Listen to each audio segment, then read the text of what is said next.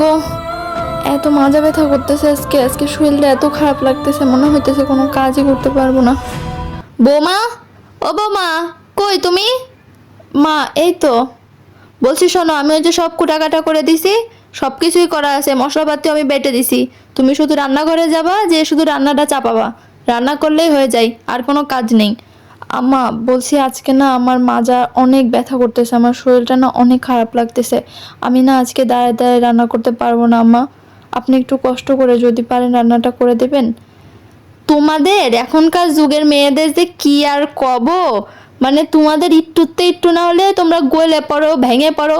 কেন, আমাদের কি বাচ্চা কাচ্চা হয়নি? কই, আমরা তো এরকম করিনি। আমাদের যখন বাচ্চা কাচ্চা পেটে ছিল, তখন আমরা ঘর বাড়িও মুছতাম। আর তোমাদের এখন যত ঢং, একটু রান্নাটাও তোমরা করতে পারো না। আচ্ছা যাই হোক, তুমি তাহলে শুয়ে রেস্ট করো, আমি রান্নাটা করেই দিচ্ছি। রান্না বান্না শেষ, আর কোনো ঝামেলা নেই। এখনকার যুগের মেয়েদের কত যে ঢং শুরু হয়। এখন আবার কিরা ফোন দিল দেখি তো। হ্যালো, হ্যাঁ মা, ভালো আছিস? এই তো মা, ভালো আছি। তোমরা কেমন আছো? হ্যাঁ, আমরা ভালো আছি। কি ব্যাপার, তুমি মনে হচ্ছে অনেক হাঁপাচ্ছ? হ্যাঁ, ওই আর কি একটু রান্না বান্না করে আসলাম তো তাই। কি, তুমি রান্না করিছো? ভাবি কি করতেছে?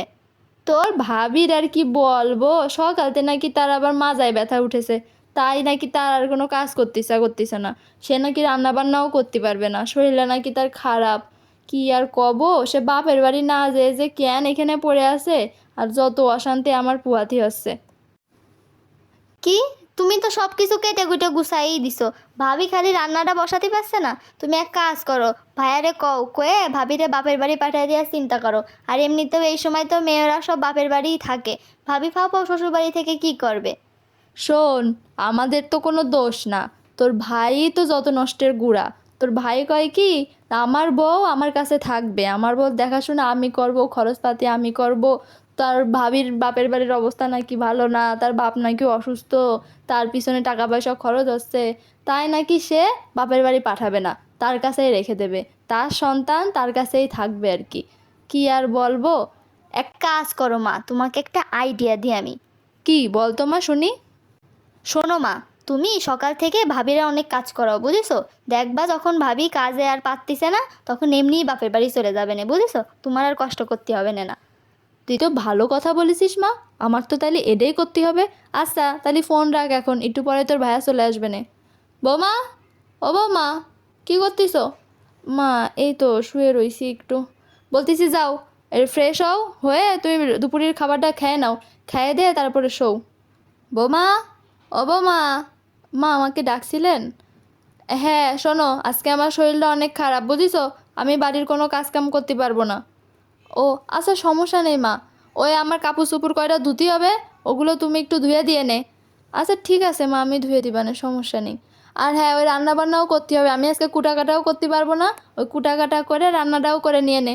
আমি আজকে কোনো কিছুই করতে পারবো না, আমার মাথাটাতে ঘুরাচ্ছে, আমি একদমই কোনো কাজ করতে পারবো না আজকে। আচ্ছা ঠিক আছে আম্মা, আপনার কোনো কাজ করতে হবে না। উফ, অনেক কষ্ট হয়ে গেছে, আজকে অনেক ধকল গেল আমার শরীরের উপর দিয়ে। আবার কে ফোন দিল এখন? হ্যালো। হ্যাঁ, হ্যাঁ, তুমি কি করো? এই তো বসে আছি। কি? কি ব্যাপার, তুমি হাঁপাচ্ছ মনে হচ্ছে? হ্যাঁ, ওই একটু কাপড় চোপড় কাচছিলাম, একটু রান্না করে আসলাম তো তাই আর কি। কি? কি, তুমি কাপড় চোপড় কেচেছো, রান্নাও করেছো? তোমার এই অবস্থায় এসব কাজ কে করতে বলেছে? আসলে মার শরীরটা অনেক খারাপ তো, এই জন্য আর কি আমিই করলাম। না, তোমার এসব কাজ আর করতে হবে না। আমি দেখি কালকে থেকে কাজের লোক রাখার ব্যবস্থা করবো, তোমাদের দুইজনের কারোর কোনো কাজ করতে হবে না। যাও এখন খাওয়া দাওয়া করে রেস্ট করো, আমার আসতে দেরি হবে। হ্যালো বাবা। হ্যাঁ মা, বলো। বলতেছি তুই কি ব্যস্ত নাকি? না মা, ওই একটু অফিসে কাজ করতেছি তো, বলো তুমি।